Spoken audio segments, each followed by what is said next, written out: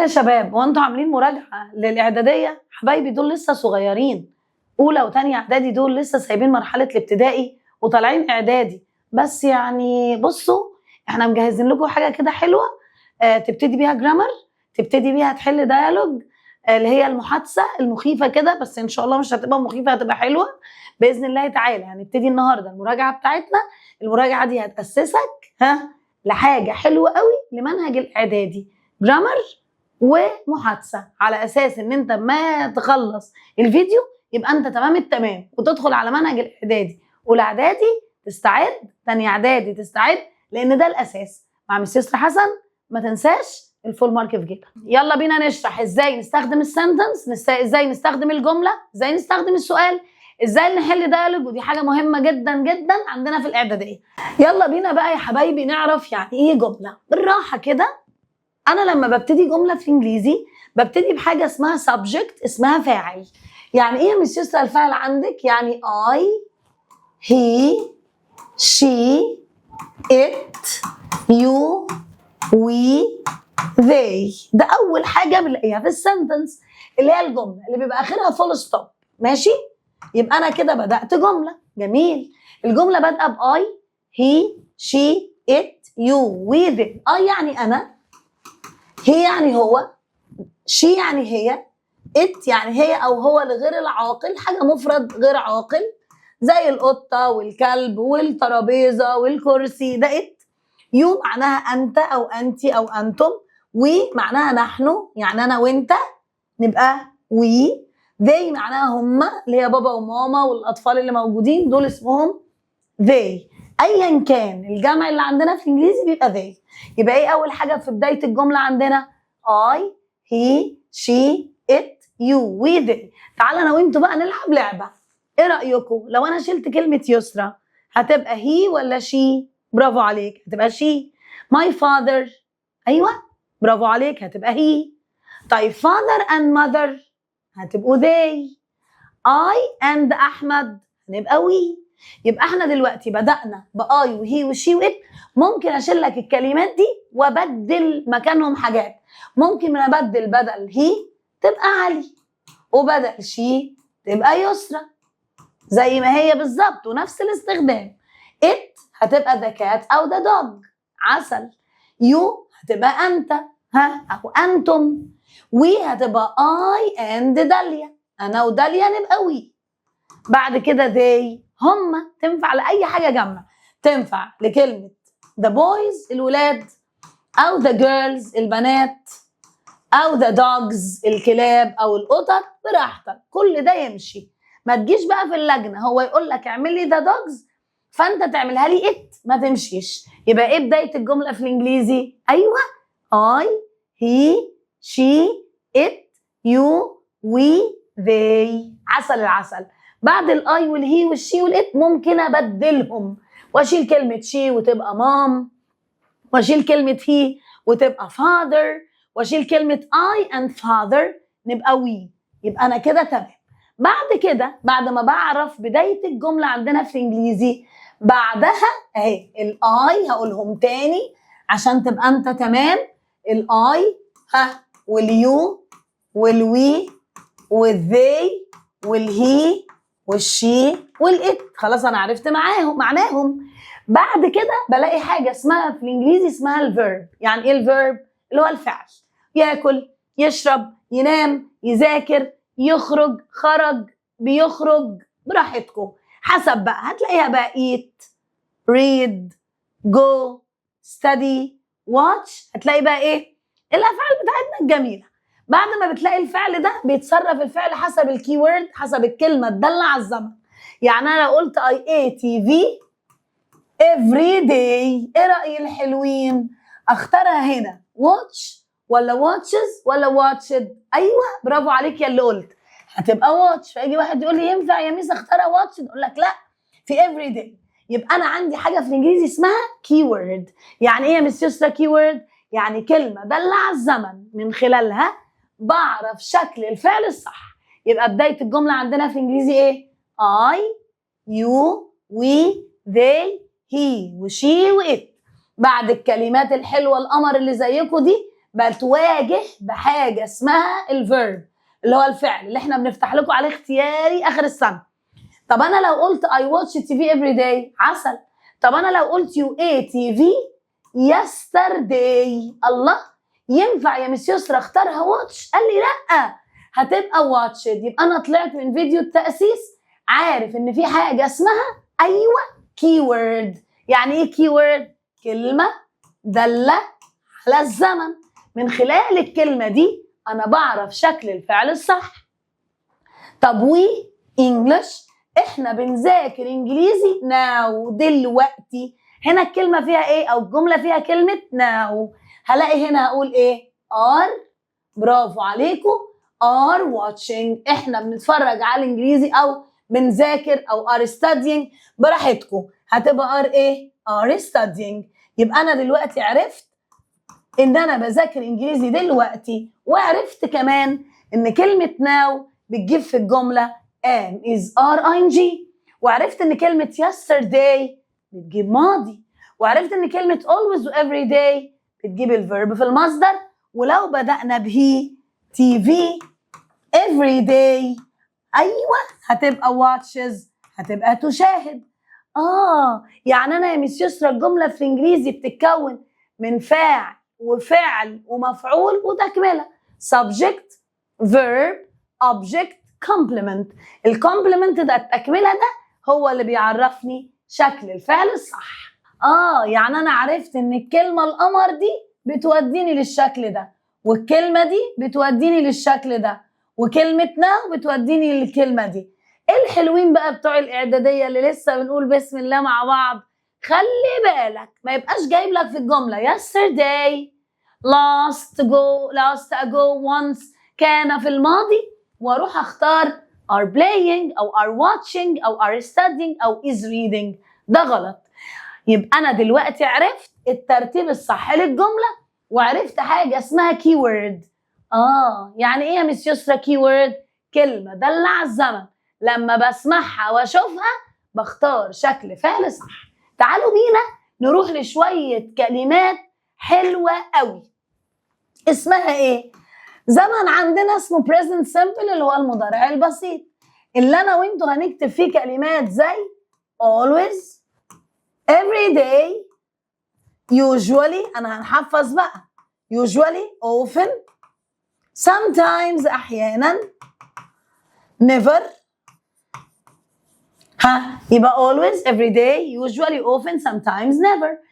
الكلمات دي يا مس يسرا لما بتظهر في جمله اعمل ايه؟ انا عرفت مع الاي TV every day ماشي، هتبقى ايوه برافو عليكم، هتبقى watch. طب لو نفس الجمله دي وقلت he TV every day هتعملوها ايه؟ برافو عليكم، هتبقى watches. يعني انا يا مس يسرا مع always every day usually often sometimes never اللي هي معناها دائما، every day معناها كل يوم، usually معناها عادة، often معناها غالبا، sometimes معناها احيانا، ونيفر معناها ابدا. يا مس يسرا انا حفظتهم، تعالوا نقولهم مع بعض. always every day usually often sometimes never. الكلمات دي بتعمل ايه يا حلوين؟ مع الاي واليو والوي والذي بختار الفيرب زي ما هو، مع الهي والشي والات بحط في الفعل اخره اس او اي اس او اي اي اس. حلو قوي كده. فحالة السؤال عايزه اعمل سؤال بقى. مس هو حضرتك بتشرحي كل يوم؟ مس هو ماما بتذاكر كل يوم؟ هو بابا بيروح الشغل دايما؟ فانا هسأل بحاجه اسمها دو، برافو عليكم، او does. وخلي بالي ان انا مع الدو هسأل عن الاي واليو والوي والذي، فهتبقى do you study، do you watch، do I learn، هل اتعلم، هل اذاكر. يبقى في حالة السؤال بسأل برافو عليكم بدو او does. وخلي بالي ان does بتيجي مع الهي والشي والات، وبعد دو او does بجيب الفعل في المصدر زي ما هو، زي مثلا do you study every day؟ يا ابني هو انت بتذاكر كل يوم؟ اقول له عشان ابقى كويس. هنا قلنا ايه؟ do you study؟ سؤال مش جملة. طب انا لو عملت سؤال تاني، does يسرى study مش studies every day؟ هي يسرى بتذاكر كل يوم؟ اقول له يبقى انا هنا في حالة السؤال سألنا بايه؟ ايوه بدو او does اللي معناهم ايه بالعربي؟ هل. اللي معناهم ايه بالعربي؟ هل. ومعناهم بيجي بعده فعل زي ما هو. ما ينفعش اقول does يسرى reads، ده غلط. does احمد watches، غلط. يبقى بعد do او does بجيب الفعل في المصدر. يبقى انا مع الاي واليو والوي والذي بجيب الفيرب زي ما هو، الفعل زي ما هو. هتلاقيني بختارها eat read go study watch. اما مع الهي والشي والات هختار الفيرب اللي اخره اس زي watches plays eats reads. يبقى انا بجيب الفعل اخره اس. في حاله السؤال سالنا بدو does، في حاله السؤال سالنا بايه؟ بدو او does. وممكن اسال كمان بام او is او are، بس بشرط اللي معناهم هل، وابقى عارف ان am I is بتيجي مع الهي والشي والات، والار بتيجي مع ايه؟ برافو على الحلوين، مع اليو والوي والذي. اهي الار بتيجي مع اليو والوي والذي، بس بشرط يجي بعدهم صفه او مكان ويقفل السؤال على كده. تعالوا نجيب هنا، جبنا مصدر، هروح قايله is mom happy every day؟ هي مامتي مبسوطه كل يوم؟ ماما مبسوطه كل يوم. طب ينفع اقول does mom happy؟ غلط. يبقى انا طلعت من فيديو التاسيس اللي ميس يسرى بتاسسني فيه وبتعرفني اساسيات لغه ان دو does بيجي بعدها الفيرب زي ما هو، ام وايز وار بيجي بعدها صفه او مكان. الصفه عندي happy angry lazy difficult، سامعين؟ او يقول لك are the children، هل الولاد at home every day؟ هل الولاد في البيت كل يوم؟ يبقى انا كده سالت بحاجتين، يا اما سالنا بدو does وجبنا بعدها الفعل في المصدر، يا اما سالنا بام is are وجبنا بعدها صفه او مكان. صفه زي happy ومكان زي at home وat the club. غلس عليا، انا كل ده معاه وقال لي لو سمحتي رتبي لي الجمله دي صح. علي is always happy، علي دايما مبسوط. اقول له ماشي. طب مش يسرى اختارها، علي is always happy ولا علي always is happy؟ ايه رأي الحلوين؟ اي واحدة الصح؟ الترتيب الصح للجملة انا اقول الترتيب ده is always، لان دي جملة مترتبة. او is و are بتيجي قبل always و usually. ما ينفعش اقول always is و always are، دي خطأ، دي الصح دي غلط. يبقى انا دلوقتي عايزين نلخص، نقول ايه؟ في اول حاجه يسرى قالتها always every day usually often sometimes never. الكلمات دي بتعمل ايه؟ مع الاي واليو والوي والذي بتجيب لي الفيرب زي ما هو، ومع الهي والشي والات بتجيب الفيرب اخره اس او اي اس او اي اي اس. في حاله السؤال بنسال بدو او does اللي معناهم هل، وبجيب بعدهم الفعل زي ما هو.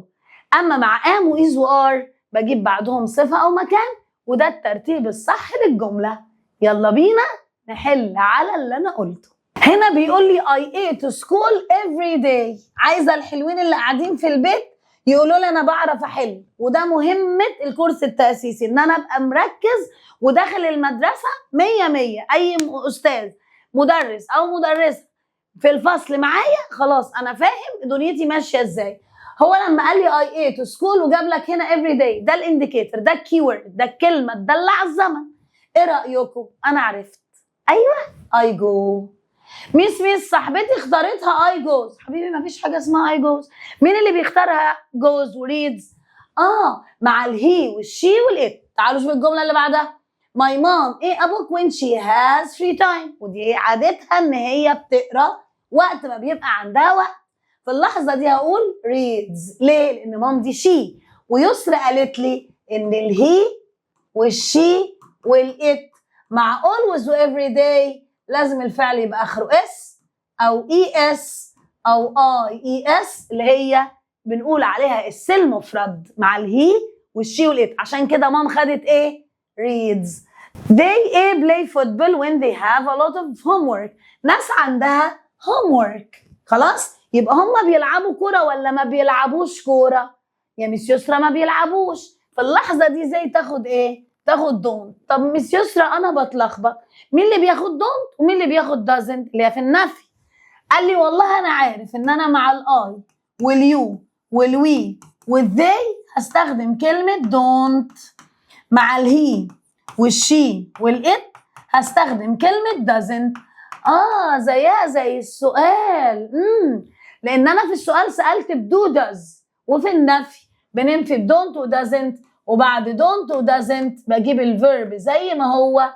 الشاطرين بتوعي ولادي لازم يبقوا عارفين إن أنا مع دونت ودازنت هقول don't play ودازنت go. ما ينفعش أقول don't eats ودازنت watches. ده غلط، ده غلط، خلي بالك إنه غلط. بعد كده my dad doesn't. بصوا الجمال، بصوا جمال الجملة. بيقول لك doesn't ايه؟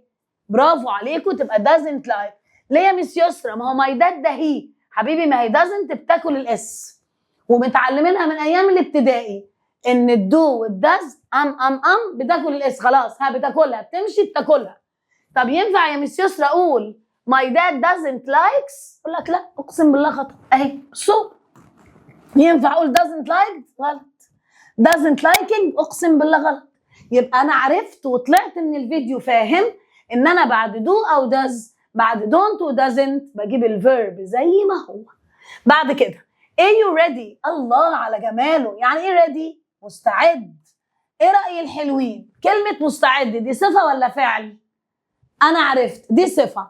طيب اسأل عن do you ready ولا are you ready؟ are you ready؟ ليه مش do؟ لا يا ميس، ما انت قايله لي ان الدو والداز بيجيبوا الفيرب زي ما هو.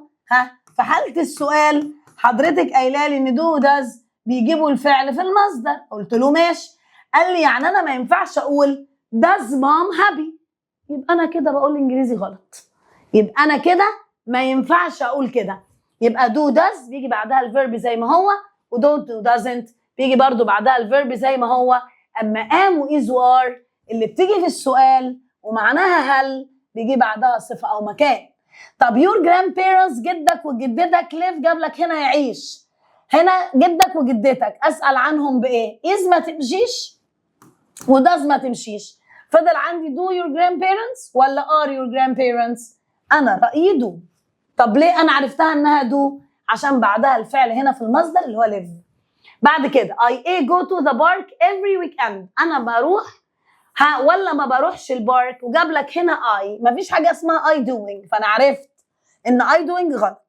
بعد كده اي داز، اقسم بالله ما في حاجه اسمها اي داز.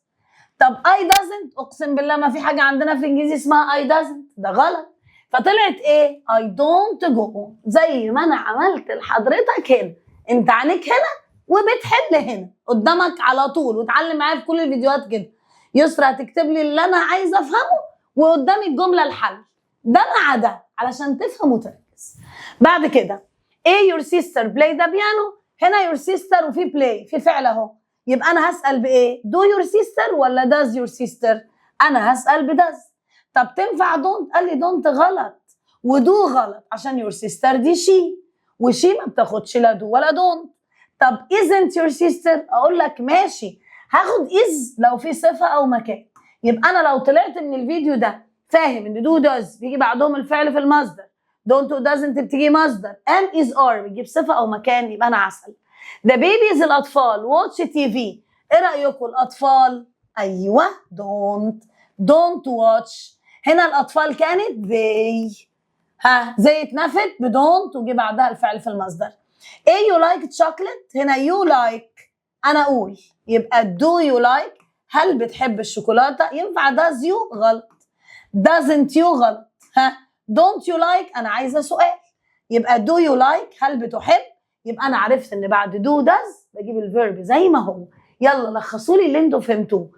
do و does بتجيب الفيرب زي ما هو، don't و doesn't بتجيب الفيرب زي ما هو، am وis وare بتجيب صفة أو مكان. always و every day و usually often مع الI واليو والوي والthey بجيب الفيرب زي ما هو. مع he وشي وit بجيب الفيرب اللي آخره اس أو es أو IES. بعد كده رحنا لفكرة إن أنا بتكلم على البريزنت سمبل المضارع البسيط اللي بيعبر عن الهابت والفاكتس الحقائق. المية بتغلي عند 100، خلاص أنا عرفت إن water boils. عرفت إن بابا كل ما بيصدع بيشرب قهوة، يبقى my father drinks. يبقى أنا برضو عرفت من الفيديو معنى كلمة حقيقة وعادات متكررة. أنا لما قلت إيه it rain a lot in winter it rain، هل تمطر؟ يبقى does it rain. ينفع has؟ قال لي لا. do it غلط. is ما ينفعش يجي بعدها الفيرب infinitive. يبقى أنا دلوقتي عرفت إن do does بيجي بعدها الفعل في المصدر، و am is are بيجي بعدها صفة أو مكان. طب my parents بابايا ومامتي ايه television every أو very often، في عندك often. they prefer reading هم بيحبوا القراية. في اللحظة دي هروح قايلة my parents برافو عليكم don't watch ما بيتفرجوش. بعد كده عشان في كلمة often. بعد كده there is an action film tonight، في فيلم حلو قوي النهارده وجاب لك it وده ميعاد ثابت، هو كده كده هيبدأ. في اللحظة دي هقول it ايه؟ برافو عليكم it starts يبدأ. بعد كده water المية at 100 degrees Celsius، المية بتغلي ودي حقيقة المية. ها في اللحظة دي هروح قايلة water boils عشان water دي مكانها it. طيب if وجاب لك جملة if it a tomorrow we a at home ودي كانت موجودة عندك في 6 ابتدائي. لو مطرت بكرة هنقعد في البيت، يبقى if it أنا أقول لكم rains we will stay. يبقى أنا عرفت إن جملة if بتجيب اس ومصدر will. عرفت إن أي حقائق وميعاد ثابت بيجيب اس ومصدر. عرفت إن always every day بتجيب اس ومصدر. عرفت إن do does بتجيب الفعل زي ما هو. بعد كده قولوا لي بقى إيه الصح في اللي أنا بقوله؟ يسرا is always sad ولا يسرا always is sad؟ أيوه هتبقى يسرا is always sad كده تمام. بعد كده جه قال لي ايه you finish اهي finish your homework before dinner وجاب لك ده سؤال. هل انت بتخلص الهوم ورك قبل العشاء؟ ها برافو عليكم do you always. طب ينفع you do؟ غلط. always do you غلط. you always do غلط. يبقى فضلت do you always أو does he always go. يبقى do you always finish كده مظبوطة. بعد كده ايه الترتيب الصح هنا؟ أنا المفروض هدور على I sometimes feel أنا أحيانا بشعر. طب أنا لو ما لقيتهاش ايه الترتيب الصح؟ هتبقى sometimes I feel لكن باقي الاختيارات هتبقى خاطئة. يبقى ايه؟ أحيانا أنا بشعر like staying on Friday. ده الترتيب الصح. بعد كده بيقول لي my friends go hiking صحابي بيروحوا يتمشوا. hiking معناها بيتمشى in the mountains. طيب انا عايزه اقول ان كل اسبوع ولا دايما ولا ايه بالظبط؟ طبعا استخدام ever هنا غلط. often my friends go الترتيب ده غلط. هتبقى every week my friends go. always my friend go طبعا ما تمشيش لانها هيقول لك my friend always go. يبقى انا كده هقفل دي يبقى الاجابه every week. بعد كده my mother مامتي sees اهي هنا حاطط لك الفيرب في اس. ده بيجي كده في الامتحانات على طول. خلاص my mother A sees her relatives who live abroad. مامتي ما بتشوفش اصحابها ولا قرايبها. she doesn't see them very often. هي ما بتشوفهمش كتير. طيب هنا هتستخدم ايه؟ برافو عليكم seldom. يعني ايه seldom؟ نادرا. يبقى انا عرفت برضو كلمة عندي اسمها seldom. كلمة عندي اسمها ايه؟ seldom. ها احنا فهمنا ايه بقى من اللي يسرا قالته؟ فهمنا يعني ايه مضارع بسيط. خلاص كده؟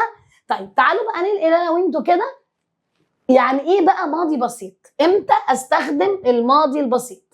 قال انا بستخدم الباست simple اللي هو الماضي البسيط امتى؟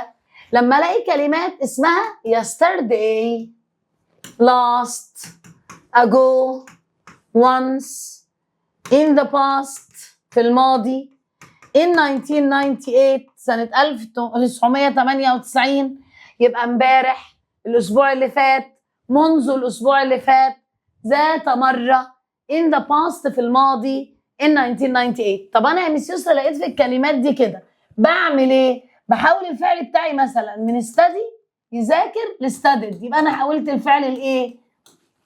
لحاجة اسمها الماضي اللي هو التصريف التاني للفعل. من play الله ينور على أولادي هتبقى played. في بقى افعال بتتغير زي جو هتبقى went اللي هي ذهب، زي run هتبقى ran اللي هي جري، put بتفضل put زي ما هي، cut بتفضل cut زي ما هي. يبقى انا دلوقتي عندي 3 انواع من الافعال، في افعال بحط لها ايه دي، في افعال بغير شكلها، وفي افعال بخليها زي ما هي. كل ده انا بحول الفعل للماضي.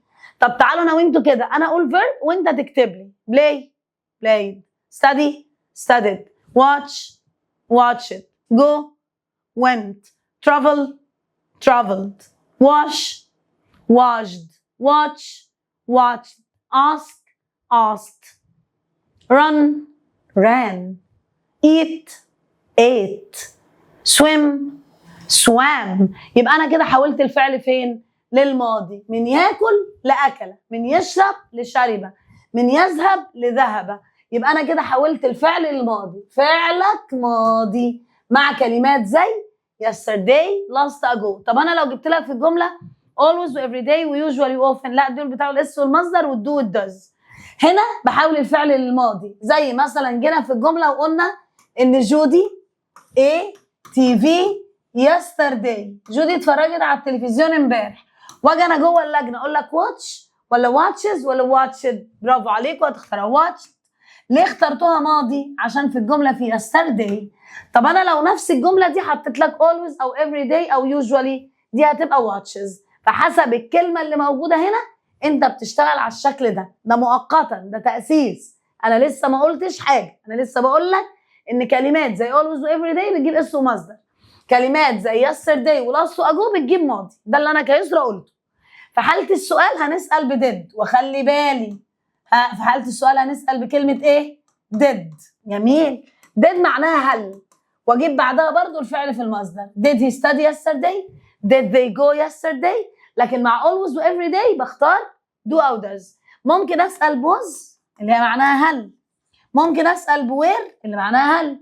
الوز بتيجي مع الاي والهي والشي والات، والوير بتيجي مع اليو والوي والذي. نفس الفكره، بجيب هنا برضو صفه او مكان. يبقى انا عرفت ان did he study، لكن was he happy، was he at home. يبقى انا طلعت من الحصه التاسيسيه عارف وفاهم ان do وداز وديد بيجي معاها الفعل في المصدر، مع am وايز وار ووز او وير بجيب بعدهم صفه او مكان. تعالوا انا وانتوا كده نفتح اختياري ونقول ايه راي الحلوين؟ did ولا was ولا were؟ mom hungry yesterday. في بقى اساتذه حضراتكم يلاقي كلمه yesterday، ميس انا اخترتها did، اقول له غلط. ليه يا ميس؟ ما هي في yesterday حبيبي. yesterday هنا عايزه هنا eat قدامها، وعايزه مام. انا قلبت لك الجمله، اختار did هنا ماشي، هنا ماشي. شايفين انا قلبت لك الجمله ازاي؟ في هنا yesterday ماشي، جيب معاها فعل مصدر، جيب معاها did. طب لو في عندك صفه زي hungry وساد، لا جيب معاها was او were.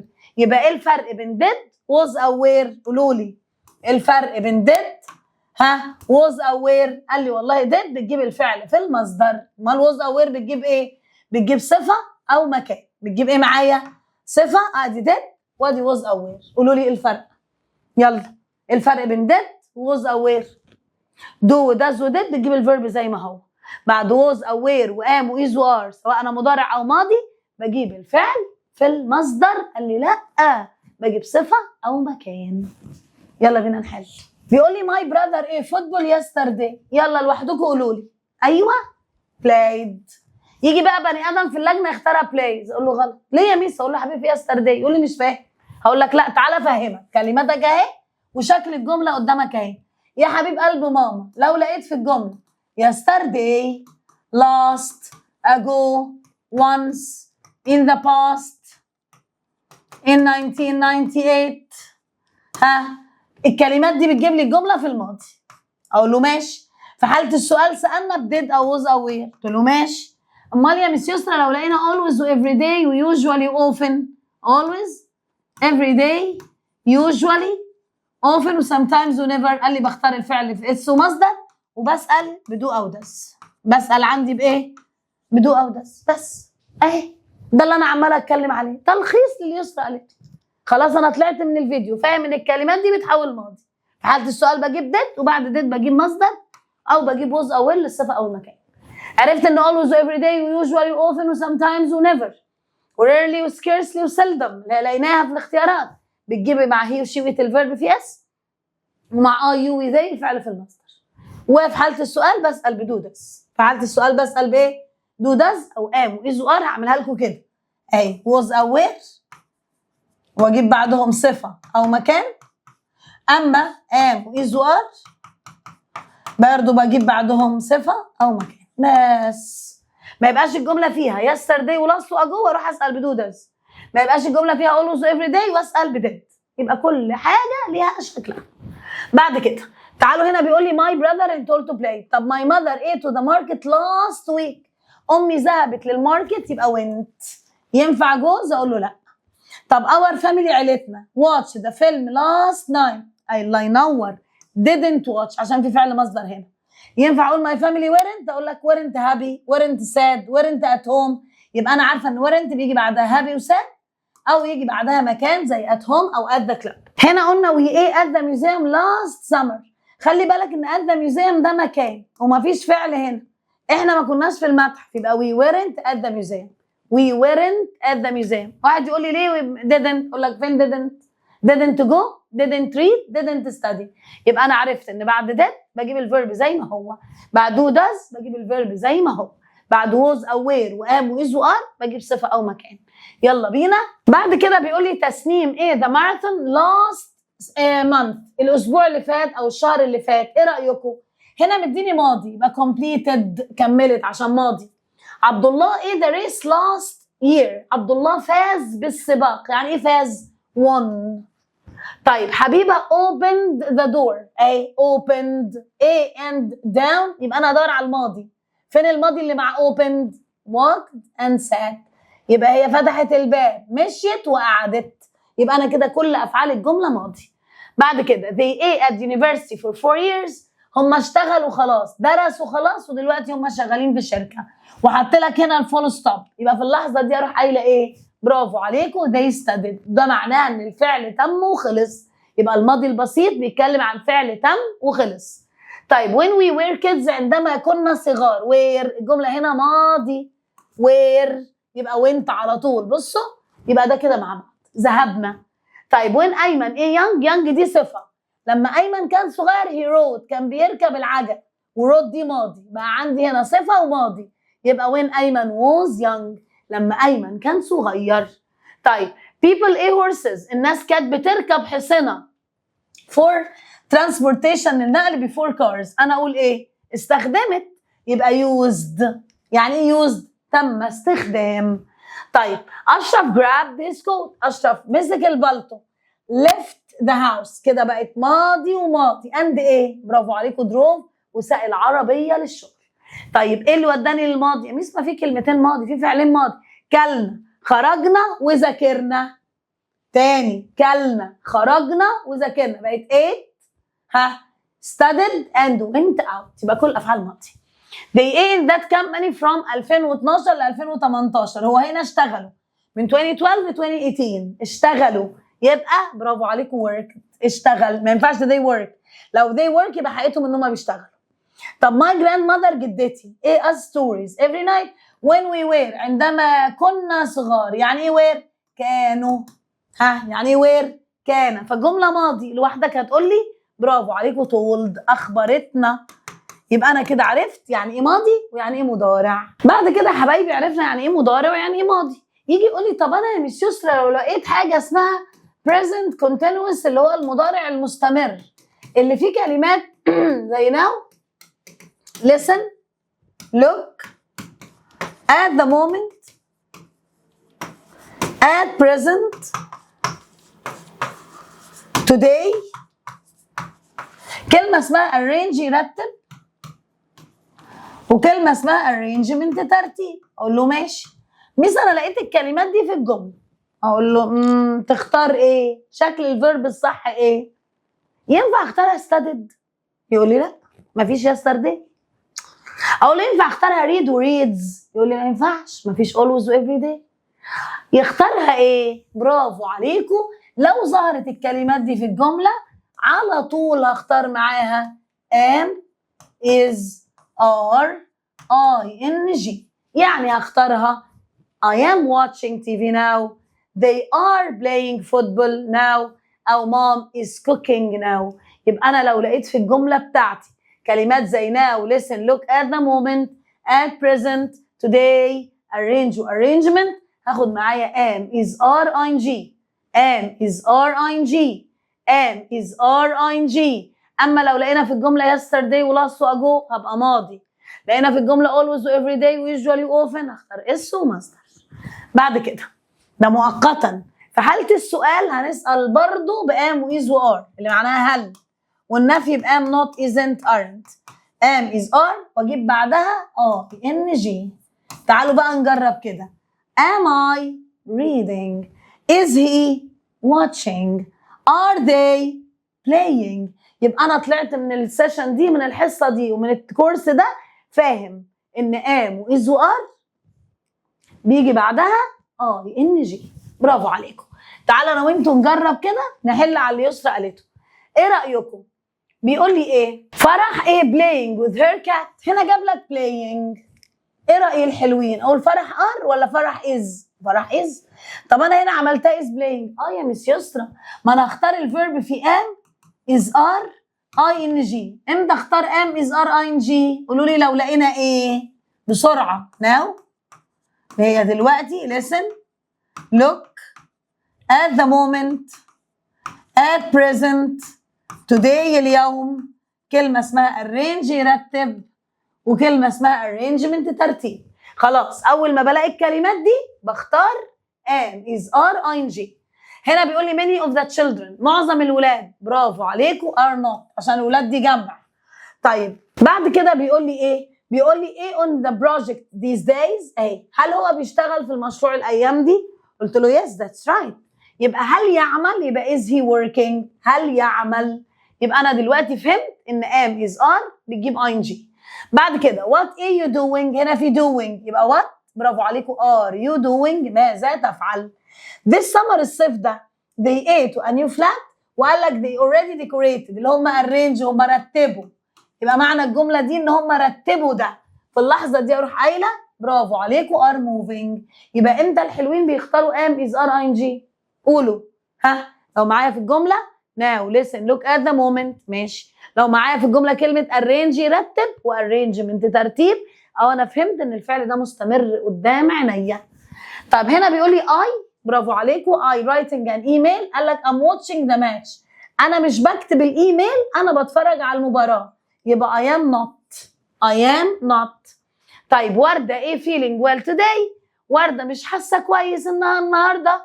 قال she seems sick، تبدو مريضة. في اللحظة دي راح قايلة وردة برافو عليكم isn't feeling عشان الفيرب في ing. يجي واحد بقى يقول لي ميس انا اخترتها doesn't، اقول لك لا غلط. ليه يا ميس؟ اقول لك عشان doesn't بتجيب بعدها الفعل في المصدر. doesn't go doesn't feel. انتوا عارفين لو دي feel او study او read كنت خدتها doesn't. طيب ده سؤال بيقول لك reading a book now، هل انت بتقرا كتاب دلوقتي؟ يبقى are you، هل بتقرا؟ طبعا were you دي غلط، you were ده ماضي، you are دي جمله دي فول ستوب. زي ما قلت لكم ترتيب الجمله فاعل وفعل مش هتمشي. طيب the homework ايه by the students، حلوه قوي الجمله دي، ودي الفكره اللي انا بقولها في الاختيارات. طب انا هنا الهومورك هو بيشتغل ولا بيشتغل نفسه؟ هل هو بيتعمل ولا بيتم فعله؟ هل البيت بيتنظف ولا بيتم تنظيفه؟ في اللحظه دي هيبقى is being done. في واحد يقول لي ميس امتى بختار am is are being وتصريف ثالث؟ امتى اختار am is are being وتصريف ثالث معايا؟ لو بدأنا بمفعول الجمله زي الجمله اللي بتقول my homework is being done، او مثلا the car is being cleaned، يبقى ده شكل الجمله فاعل ومفعول، وده كان موجود عندكم في 6 ابتدائي. طيب هاشم بيسمع الموسيقى دلوقتي، خلاص اهي is ايه now، وفي عندي is، هقول is listen، هقول is listen ده بيسمعوه لا is listens. بصوا خلاص انا ابتديت اعرف ان ده غلط، هتبقى is listening. يبقى انا دلوقتي عندي كام زمن يسرا قالتهم؟ 3. always و every day و usually often بيجيبوا اس ومصدر، وفي السؤال بيجيبوا do و does. او am و is و are وبعدهم صفه ومكان. yesterday و last و ago بيجيبوا ماضي، وفي حاله السؤال بسال بدid او was او were. لو جاب لك now listen look at the moment at present today arrange و arrangement هاخد معايا برافو عليكم am is are ing. لو انا شكل الجمله فاعل الجمله انا بذاكر دلوقتي، ولو عملناها مفعول وقلنا البيت بيتنظف دلوقتي هيبقى am is are being وتصريف تالت. يلا بينا نروح على زمن المستقبل. اما لو ظهرت في الجمله كلمه الفيوتشر اللي هو المستقبل اللي هو وجود كلمات زي tomorrow ونكست حاجه هتحصل بكره او in the future في المستقبل، على طول انتوا هتقولوا ايه؟ برافو عليكم، هتقول انا هستخدم في الجمله كلمه will اللي معناها سوف واجيب بعدها الفعل في المصدر. يبقى انا خلاص مجرد ما بلاقي في الجمله tomorrow next in the future هختار will go will study I will play I will help my mom. يبقى انا عندي will. في برضو عندي am is are going to برضو معناها سوف. am is are going to معناها سوف. يبقى انت كده عندك will وعندي am is are going to. كده انا عندي كام شكل؟ عندي شكلين. ان شاء الله في الشرح العادي لما اليونتس تنزل هشرح لك السمري، هشرح لك الملخص بتاع كل يونت واعرفك كل يونت بستخدم فيها ايه. هتلاقيني بشرح لك will و am is are going to تاني. فلما حد يجي يقول لي ميس انا لقيت في الجمله بتاعتي tomorrow و next و in the future اقول لك دور على will او am is are going to. تعالوا نجيب مثال. هروح قايله ان احمد will study احمد هيذاكر English tomorrow. احمد هيذاكر انجليزي بكره. طب انا لو نفس الجمله دي اهي will study عشان في كلمه tomorrow، طب انا لو عملتها every day يلا الحلوين هيعملوها ايه؟ فكروا. طب انا لو عملتها now يلا فكروا. طب انا لو عملتها yesterday عايزه الناس الحلوه فيكم تقول فكروا كده واكتب لي في الكومنتس بس انا عرفت احل كله. يلا كده مستقبل مضارع بسيط مضارع مستمر مضارع ايه او ماضي بسيط. ايه رايكم؟ اول واحده هتبقى will study برافو. تاني واحده هتبقى برافو عليكم studies. تالت واحده هتبقى برافو عليكم is studying. رابع جمله هتبقى studied. يجي واحد يقول لي ميس هو انت هنا جبتي ماضي؟ اقول لك عشان yesterday. ميس هنا جبتي am is are ing اقول لك عشان كلمه now. ميس حضرتك جبتي اس ومصدر عشان always every day والحقائق والعادات والمواعيد الثابته. حضرتك جبتي will go will study او is going to study عشان في كلمه tomorrow. يبقى يسرا ادتني كام زمن النهارده؟ 4 ازمنه. مضارع بسيط مضارع مستمر ماضي بسيط ومستقبل بسيط.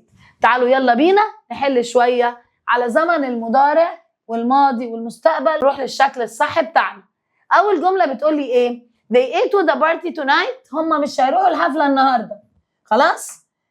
قال لك if they have time لو عندهم وقت، يعني هم هيروحوا لو عندهم وقت. يبقى they ايه؟ برافو عليكم، هيبقى they will come. ليه will؟ عشان في if. وفي الابتدائي عرفتوا ان كلمه if بتجيب في الجمله الاولانيه اس ومصدر والجمله الثانيه will، فانا خدت will ودي كانت موجوده في 6 ابتدائي.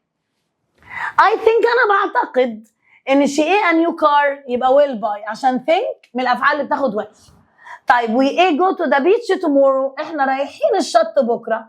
ظهرت في الجمله كلمه tomorrow قال لي because we are busy لان احنا مشغولين فبايز مش هتنفع و is buying فضل will والنفي منها want. ايه رايكم؟ هما كده هيروحوا الشط ولا مش هيروحوا الشط؟ انا رايي want عشان هما busy. انا رايي ان هما مش هيروحوا البحر عشان هما مشغولين. طب لو كانوا هنا free لو كانوا احرار وفاضيين هيبقى will. طيب ايه your homework on time tomorrow؟ ايه رايكم في الجمله tomorrow؟ لو بصوا كده في ظهرت في جمله كلمه tomorrow تختاروا ايه معاها؟ will you finish. will you finish. ينفع اسال بدون مع tomorrow؟ قال لي لا. ينفع اختار are مع tomorrow؟ لا. ينفع اختار did اللي هي هل ماضي مع tomorrow؟ ما تمشيش. طب they say بيقولوا that a new school ان مدرسه جديده. قولوا لي بقى الباسف المفعول من will. احنا اتفقنا ان will go will study اذا بدات الجمله بفعل اهي will والمصدر لو بدانا الجمله بالفعل. طب انا لو بدات الجمله باسف ايه المفعول من will؟ هتبقى will be وتصريف ثالث. will be studied, will be built, will be eaten. هتتاكل، هتتشرب، هتتنضف. برافو عليكم، هتبقى will be built، سوف يتم بنائها. طيب how a revise for next week's exam. اهي في هنا next، في tomorrow، في in the future، يبقى will you عشان ده سؤال. how will you. وبعد كده حبايبي احنا عرفنا الشكل الصح لكل فعل عندي. يبقى انا دلوقتي لو قسمت البورد بتاعتي كده وجبت لك صفحه جميله زي حضرتك وقفلت كده قلت لك خلي بالك، اذا لقيت في الجمله كلمه always، رخص بقى الايه المحاضره. always every day، usually often، sometimes never، rarely scarcely. always every day، usually often، sometimes never، rarely scarcely. اختار ايه؟ مثل لو لقيت في الجمله كلمه now، listen، look، at the moment، at present، today، arrange وarrangement. اختار معاهم ايه؟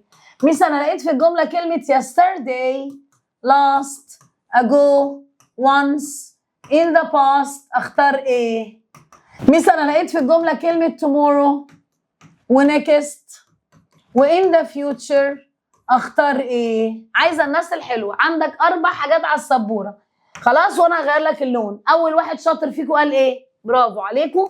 مع الاي واليو والوي والذي هختار هنا الفعل في المصدر، مع الهي والشي والإت هختار الفعل في اس. خلاص؟ طب معناه ولسن لوك ات ذا مومنت اختار ايه يا مس يسرا؟ هختار ام، از، ار، اي ان جي. طب انا لو لقيت في الجمله yesterday ولص واجول ياكل وخرج وشرب وذاكر هختار الفعل في الماضي. طب انا لو لقيت tomorrow next in the future هختار will. ازود دماغكم شويه كده، ده تمام. هغلس شويه، اوكي، تغليسه بسيطه. هنا في حاله السؤال هروح كاتبه لك بلون برضو مختلف. في حاله السؤال هسال بدو داز، اقول له ماشي، او ام وايز وار. هنا في حاله السؤال اسال بام وايز وار. هنا في حاله السؤال هسال بديد. هنا في حاله السؤال هسال بويل يو واجيب سؤال. بس ايه رايكم لو حفظت ده وطلعت من الكورس التاسيسي فاهم ان كل كي وورد عندنا في الانجليزي ليه شكل؟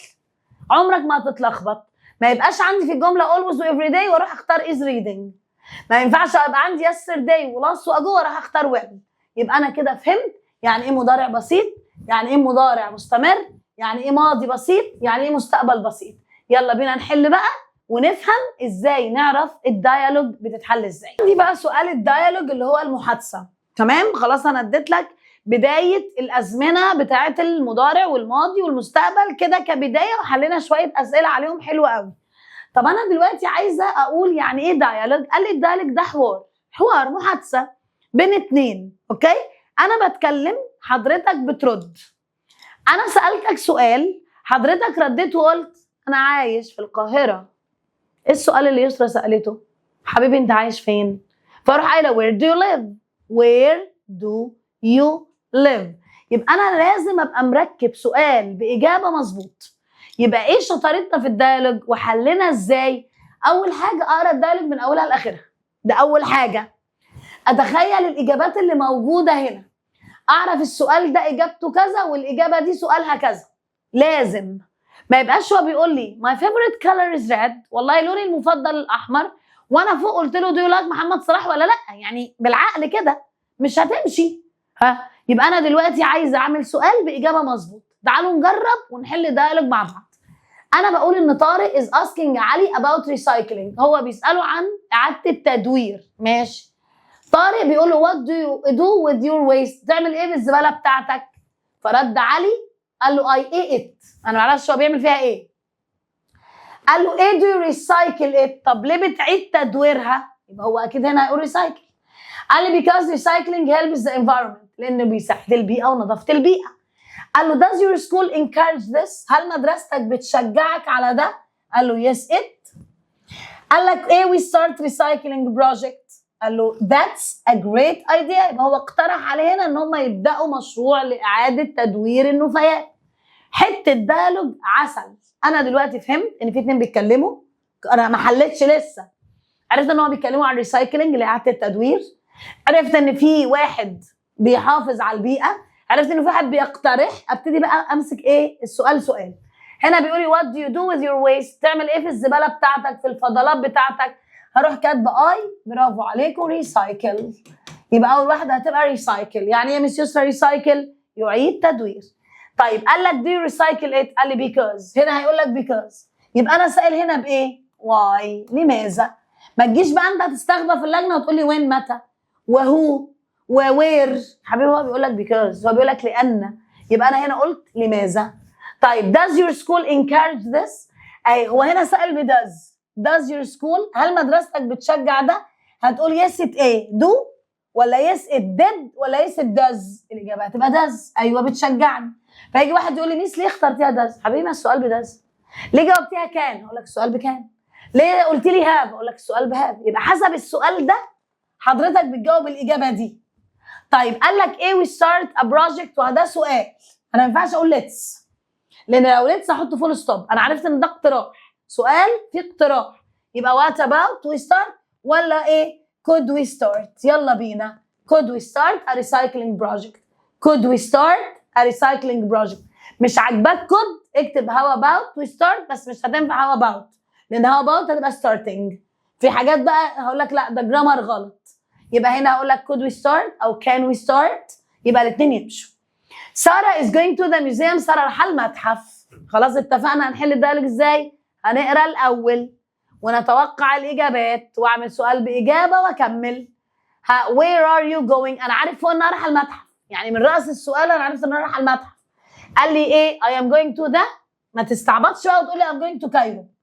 هو فوق بيقول لك انا رايح المتحف، ما تروحش تقول له انا رايح القاهره، انا رايح اسكندريه، رايح الجيزه، رايح الزو، رايح حديقه الحيوان. حبيبي هو قال لك فوق انا رايح المتحف. طيب هنا بيقول لك واي ساره، طب ليه؟ قالت هي سالت بواي، قالت لها I want to see the statues، اصل انا عايزه اشوف التماثيل. طب ايه kind of statues do you like؟ قال له pharaonic statues، انا بحب الايه؟ الحاجات الفرعونيه. يبقى انا عايزه اقول لها ايه نوع التماثيل؟ طيب ايه you have a camera؟ قالت yes I do، مش yes I did. يا رب تكونوا فهمتوا الاربع اجابات. اول واحده هتقول I'm going to ده، برافو عليكم ميوزيوم، انا رايحه المتحف. خلاص انا عرفت من السؤال ان انا رايحه المتحف. طيب قالت لها واي، اكيد هترد تقول بيكاز على طول كده، لان.